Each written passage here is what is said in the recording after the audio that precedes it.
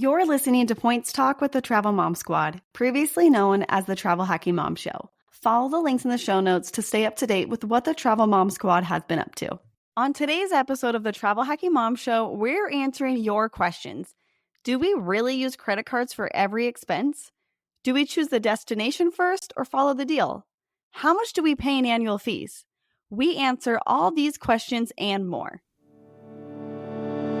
Welcome to the Travel Hacking Mom Show. We are three moms who've discovered how to leverage credit card welcome offers to get hundreds of thousands of dollars in travel expenses for nearly free. We've used credit card points and miles to take vacations to places like Hawaii, Paris, Greece, the Maldives, Italy, and so much more. And the best part? We each still have an 800 plus credit score. Imagine being able to book a vacation without having to check your bank account. It's totally possible, and we're here to show you how. Hey, I'm Alex. And I'm Pam, Alex's mom. And I'm Jess. We are Travel Hacking Moms. We decided that for today's episode, we would put you in the driver's seat. So we put up a question box in our Instagram stories and asked you to submit your questions. We got over 100 submissions. So while we won't be able to answer all of them, I did choose quite a few for us to cover today. So let's get to it. Question number 1. Alex, I'm putting you in the hot seat for this one. My husband added me as an authorized user. Does this mean that I can't get the welcome offer on the same card? Okay, well, first of all, I'm just impressed that your husband is opening up his own cards and adding you as the authorized user, because for all of us, we open all the cards, theirs and ours. So, but to answer your question, the good news is you can still get the welcome offer on the same card. So it gets even better. Your husband can still refer you from his card for you to then go open that exact same card. So there's no need to stress about it. A lot of people think, oh no, I'm an authorized user on this card. I'm not going to be able to get it. And that's why people think that we don't suggest putting each other down as authorized users, but that's actually not the reason why. You can still get bonuses, or you can still get the bonus. We don't recommend putting each other's authorized users because it counts towards your Chase 524 account. So as far as getting bonuses, you are good to go and you can still get it. I like how you say that you're impressed that her husband is opening the card, but we purposely don't allow our husbands to open these cards, because if we did, yes, that's true. If we did, then that's what they would do. Is, even though I've been doing this for so many years, I guarantee you my husband would come in and be like, hey, guess what? They let me add you as an authorized user for free. Isn't that great? And I would have to break it to him that, like, how did you make that mistake? Maybe I should say, I'm impressed your husband's willing to sign up for our cards without you doing it. But you're totally right, because if my husband was thinking, hey, I'm just going to go open this card, I'd be like, no, I'll do it. Let me do it. Exactly. And if it was in my case, we would have a Cabela's card. We would have a Shields card. We would have every sports store card. And I'd be so mad. He came home one time doing that, and he's never done it since. I was not a happy camper. So yeah, pretty impressive, but be careful how they tread. All right. Question number 2. Pam, I'm throwing this one over to you, although we're all going to chime in on all the questions. What do you do with your credit card after you've redeemed the points from the welcome offer? So let's say you get a card, you spend those $4,000 in 3 months and you get that welcome offer. Do you go and close that card like a month later, or what do you do? Never, never, ever. In fact, I probably keep my cards longer than I need to, but you should always keep a card at least for a full year. The trick is to keep them until that annual fee posts again. Then you have 30 days before you have to pay that. They will, even if you decide that you don't want it and it looks like it's on your charge card, but within that 30 days, if you cancel and say, hey, I don't want this card anymore, or I'm going to downgrade the card, that is going to be a credit back to you. One of the biggest mistakes I almost made once, and American Express is the worst about this. If you close a card before that year is out, they can take back or claw back your points.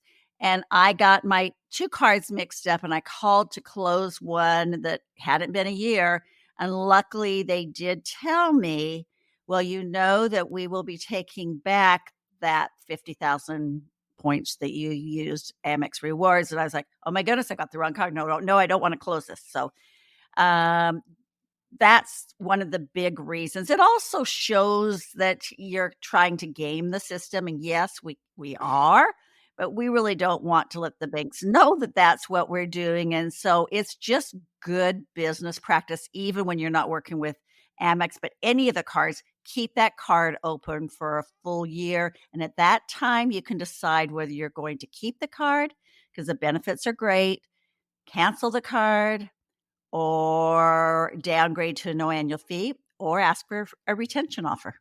Yeah, I think between all three of us, we're not often closing a lot of cards.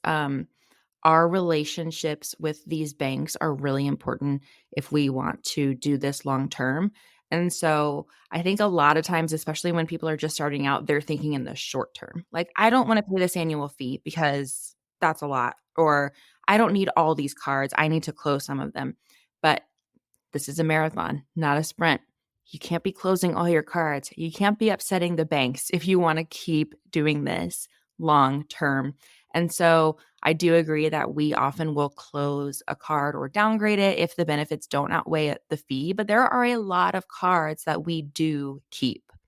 So don't let having a lot of active cards scare you away from just keeping some of your cards open, especially those no annual fee cards. We all keep our no annual fee cards open because there's really no incentive to close them or reason to close them.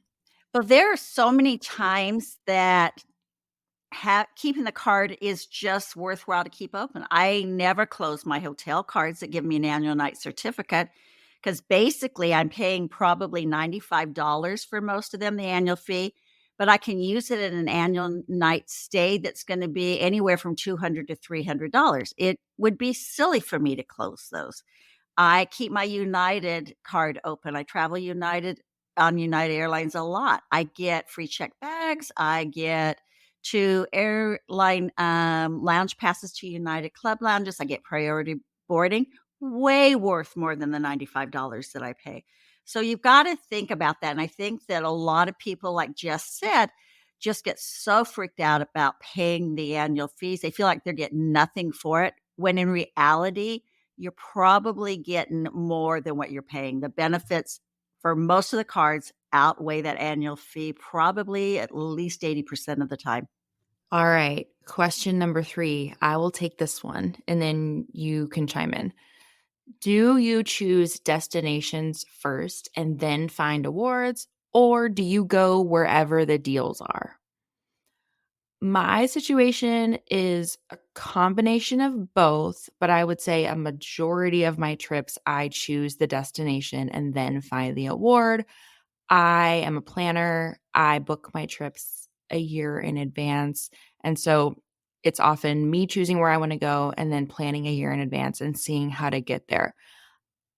That being said, there are deals that come up that I jump on because it's a deal. An example is a few months ago, we got an alert that Singapore Airlines was having a sale on flights to Singapore.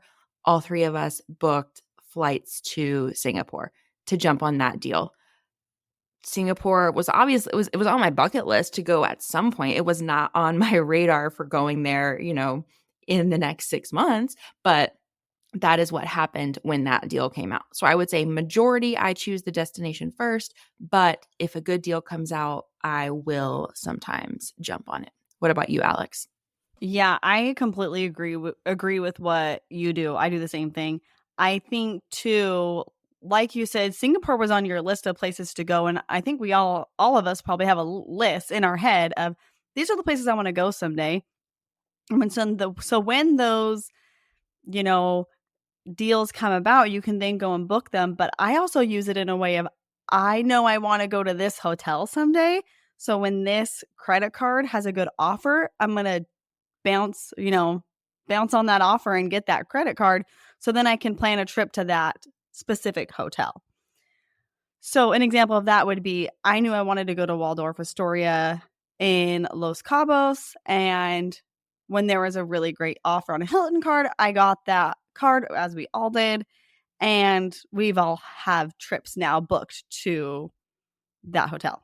So I think that kind of, like Jess said, we do a little bit of both. And like you, I definitely do more of the choosing my destination, because for you and I, we have kids in school. We don't have as flexible of schedules. And so a lot of times those deals aren't when we can travel. So choosing the destination just kind of works better for us and our schedules. And that's how I primarily have traveled, but I would say this last couple of years, I've done a little bit more of going where the deals are, and that's because I have that flexibility. I don't have children in school. I have a husband who is fine with me, traveling if he doesn't wanna go, or he can go real easily, and so I'm doing more of the finding the deals. For instance, my first trip in 2024, um, was a great deal came up for Etihad Apartments, and that's very similar to Singapore Suites, where I also did this when that deal came up. And so I find an airline or product I want to travel on, and I will book it right away, because if you don't, it's gonna be gone, and I have no idea at that time where I'm going to go. And so then I work it out later. So in this particular case, this is from London to Abu Dhabi. I have a daughter that lives in London. She's going with me to Abu Dhabi, and we're just going to stay there and do some resorts, the Park Hyatt Abu Dhabi, Grand Hyatt Abu Dhabi, that type of stuff. And so I definitely have done that. I have another trip coming up where a great deal came up for a JW Marriott in Kenya, and that's a safari that's included.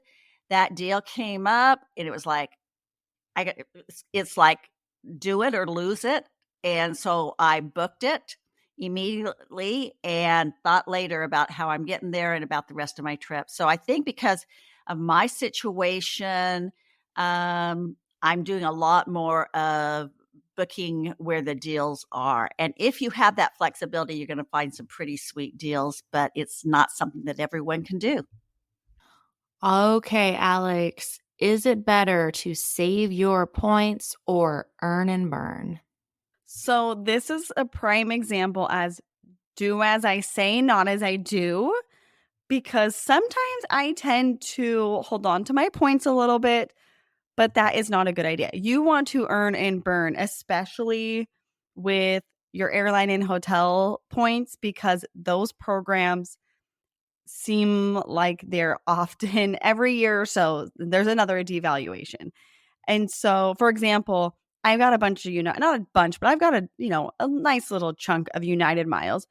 And last year, towards the end of last year, United started charging more for most of their award flights. And so when things like that happen, your points just become less valuable. They're not going to go as far. And so it is wise advice to earn and burn. And you can always get more points. But if you're like me, sometimes you have a little bit of scarcity with your points. That's all right. It's mostly my chase points that I'm like, "Ooh, I don't want this like my amount to drop below a certain point, or else I start getting a little stressed out." But it's all good. You can always get more. Jess is the queen of earn and burn. So Jess, tell us kind of how your mental thoughts through this. How do you be so good at earning and burning?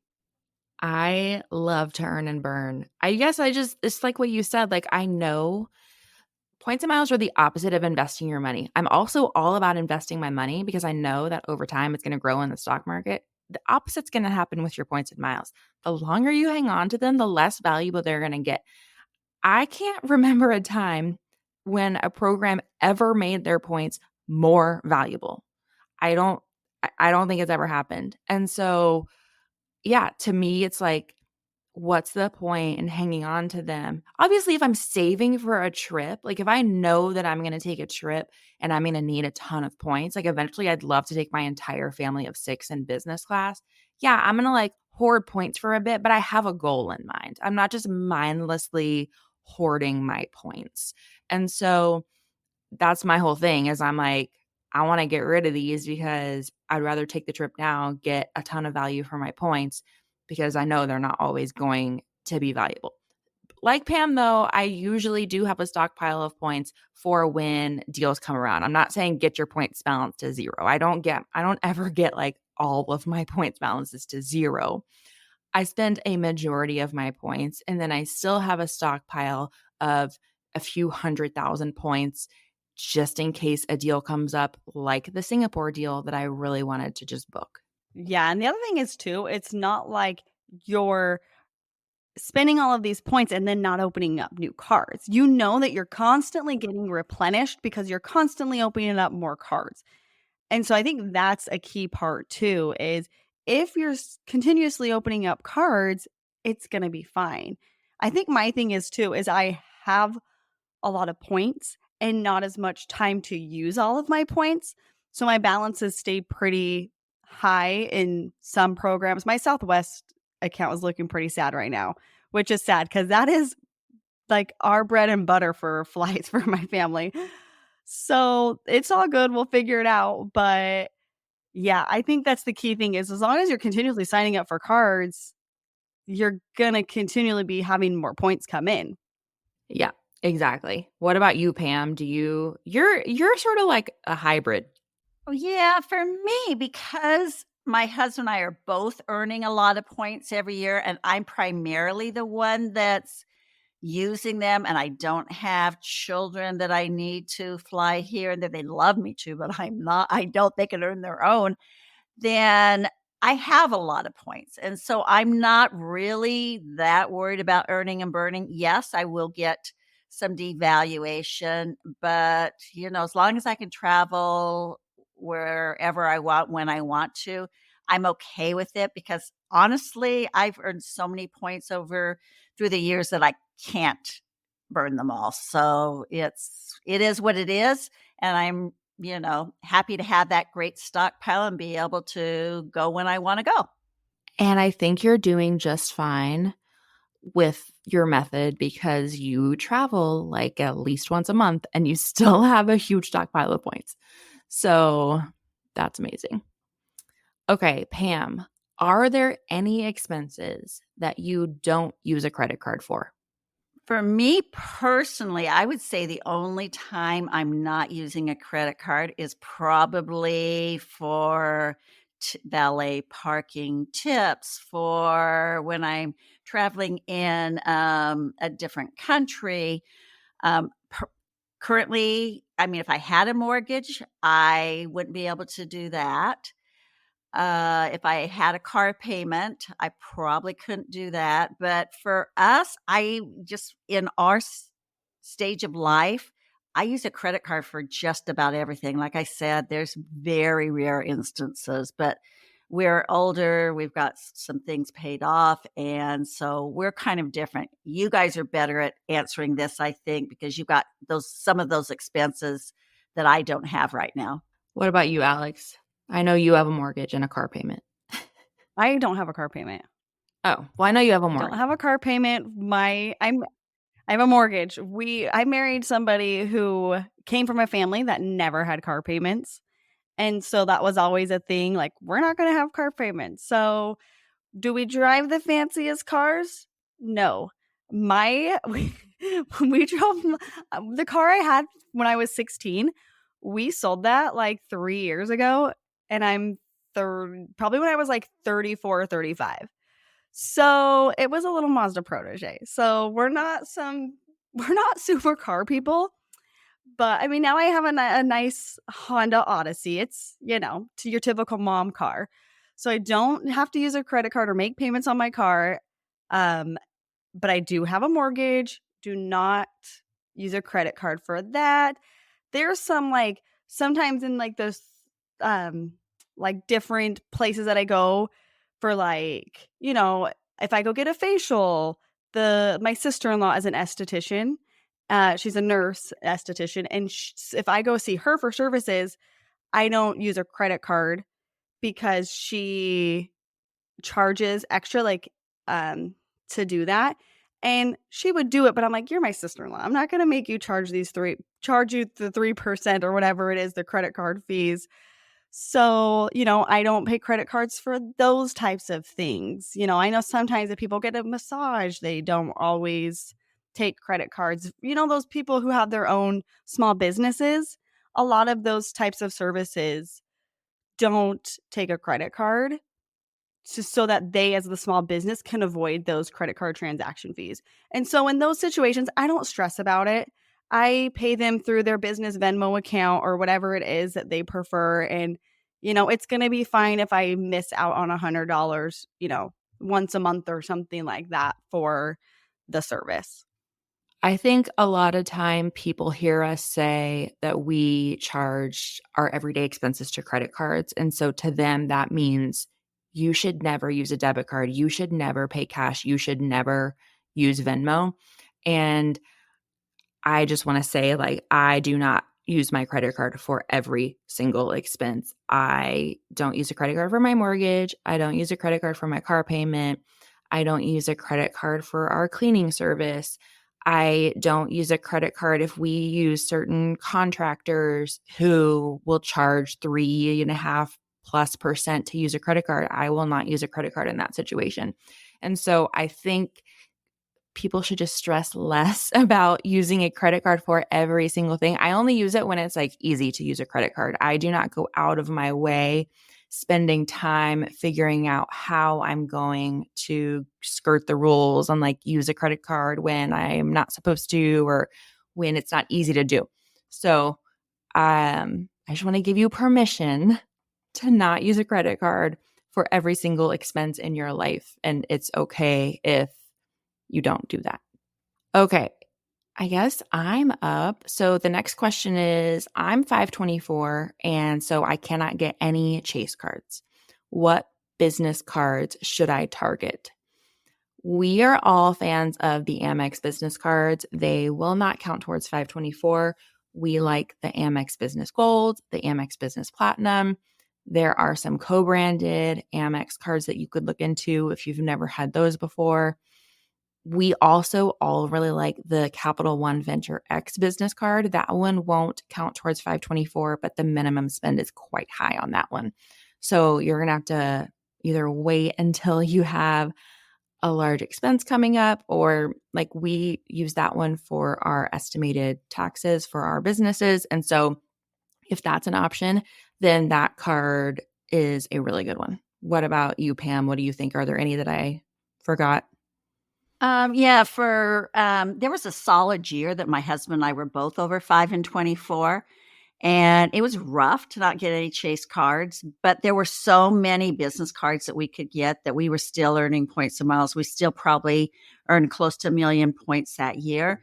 Uh, Two that I really like a lot is I really like the City Advantage business cards for American Airlines miles, and also the Barclay business card for American Airlines miles. Love those because one of our favorite ways to fly from the Maldives or to the Maldives is on Qatar Q Suites. It's a great way to be able to get that. If you're flying to the Caribbean, AA miles work really well. So those are huge. I've always really liked that.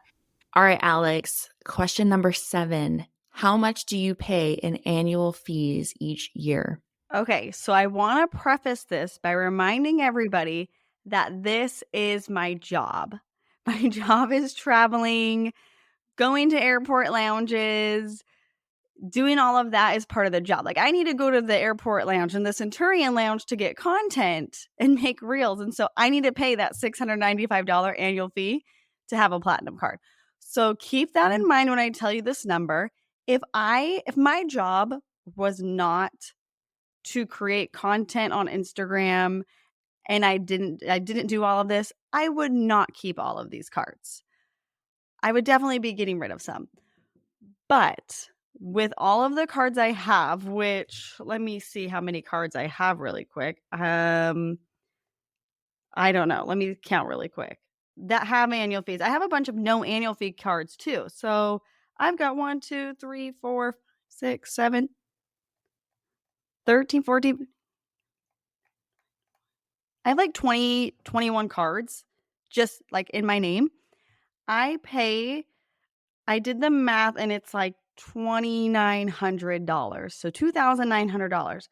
I know that's a ton of money, but when you think of all of the trips that I have gone on this year, it is crazy. And that's not including any of the benefits. That's not including the free night certificates that I get from my hotel cards. That's not including the airport lounge access. That's not including a $300 travel credit on my Capital One Venture card.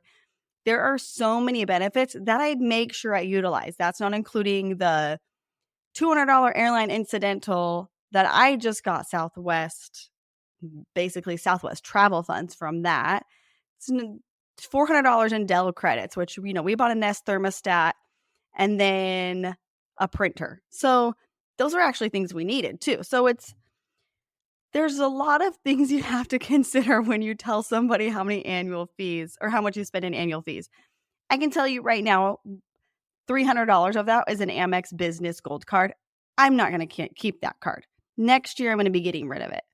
So it's a lot, yes. Are most of you going to have annual fees that high? No. I think, I did this for a lot of years, and my average was about $1,000 in annual fees a year. It has gone up significantly by having the platinum card. So, I mean, that's like close to $1,000 on its own, which is kind of insanity. But anyway, yes, I hope you all didn't like pass out when I told you that number, but it's all good. It's worth it for hundreds of thousands of dollars of travel. If they didn't pass out for yours, then they're gonna pass out for mine. No, I'm just kidding. I just did the math and I paid around $3,600 in annual fees last year. I know that that seems nuts, but I will just tell you that I'm looking at my Travel Freely app right now, and the cash value of the points that I earned in 2023 is $37,000. That's if I cashed out my points, which I didn't do. I transferred them to transfer partners to take nearly free trips. I got over 100,000. That's kind of insane though. $37,000 in cash Yeah, value. That's nuts. in reality, I got over $100,000 in travel for free in 2023. So yes, $3,600 in annual fees may seem crazy town, but I got over $100,000 in travel. Like you got to do the math. And like Alex said, I travel a lot. Most people are not going to be getting $100,000 in travel for free if you're just taking 1 or 2 trips a year. But you're going to be getting those trips for free. Your annual fees are going to be lower, but you're still going to be saving thousands of dollars. And so that's why, like, going back to the thinking short term versus long term, you can't just write off cards because of the annual fee. You got to do the math. You got to see what the return on investment of opening that card is going to be. And so I think that is something really important to consider before just saying, oh, I would never pay $395 for a card. Oh, I would never pay $695 for a card. You got to do the long-term thinking. Yeah. And also with your, the money that we spent in annual fees, that's not even going to cover me 3 nights at a nice Hyatt in Hawaii. That's going to cover like nothing if I was paying cash for these things. If I was paying cash to fly my family to Hawaii, good luck getting us there and back on $2,900. It's not going to happen to fly 6 people for that cheap. So I think that's another way to look at it is, okay, what's my travel budget? Can I add this? If my travel budget include your annual fees in that, and, it makes the annual fees not seem so bad when you're like, okay, I paid, almost $3,000 for $100,000 worth of travel this year. Makes it easier to swallow when you think about it like that. 100%. All right, last question because we got to wrap it up. Pam, this one's for you. What is something you're most proud of when it comes to travel hacking? Okay, I have 2 things. One thing is I have had a huge passion for travel. I mean, I figured that when I retired, a big chunk of our retirement money would be allocated for travel, and I was going to have to be careful where I traveled. I was gonna have to limit my trips. Because of travel hacking, I travel more than I ever thought possible in a manner I never thought was possible.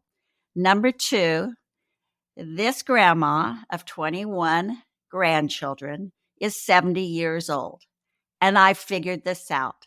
I know how to do this. I even run a business doing this, and I am really proud that at my age that I am able to do that. And if I can do it, you can do it too, because most of you listening are a lot younger than me. Yeah, I'd say mic drop. I can't top that. That was a good note to end on. Come on, Alex. What are you most proud of? Oh, man. I'd say I'm most proud of being able to take like, that I've learned how to do this and being able to just take my family on vacations and to be able to make these memories and have these really amazing experiences with my kids and my husband that definitely we would not be able to afford otherwise. So, that's what's been really cool for me. Just proud to be able to take my kids on trips like this. And Jess, what are you most proud of? My title as Hyatt Queen. No, I'm just kidding. That is not it. It's It's similar to Alex's. I think just I was really motivated to get into this hobby slash now business because I wanted to give my family these trips and these memories. And I didn't grow up with these experiences. And it was really important for me to give those experiences to my kids. And paying out of pocket wasn't an option. And so I just was really motivated and I learned how to do it. And now I'm teaching others how to do it. It's surreal. I think earlier today, actually, we're all together right now. And Pam said, I feel like my life is a pinch me moment. And I could not agree with that more. Like, we get to provide our families with these experiences. We get to teach others how to provide their families with these experiences. I feel like sometimes we will hear from our followers or our students in ATA, and they will say, I never thought this was possible. I got to take my family on this trip and it's amazing and I can't thank you enough. And I feel like sometimes that makes me more proud and happy than like when I do it for myself, being able to like help others and provide them with these experiences. And so I don't know, it's kind of like sappy, but that's my answer. Well, what I think is really cool is if those of you listening didn't know, Jess didn't take a flight on a plane till she was 18 years old. And now she is literally flying business class all over the world, taking her family all over the world. So it's pretty impressive that you went from never taking a flight to what you're doing now. We really hope that you enjoyed today's episode because we love answering your questions. If you enjoyed today's episode, it would mean a lot to us if you'd rate and review the Travel Hacking Mom Show. We appreciate your support so much. Thanks so much for listening to the Travel Hacking Mom Show. Make sure to hit the subscribe or follow button from wherever you're listening so you never miss an episode. Want to start jet setting even faster? Follow the links in the show notes to learn about everything we discussed in today's episode. And to stay connected and follow along, follow us on Instagram at Travel Hacking Mom. We can't wait to see where in the world Points and Miles take you.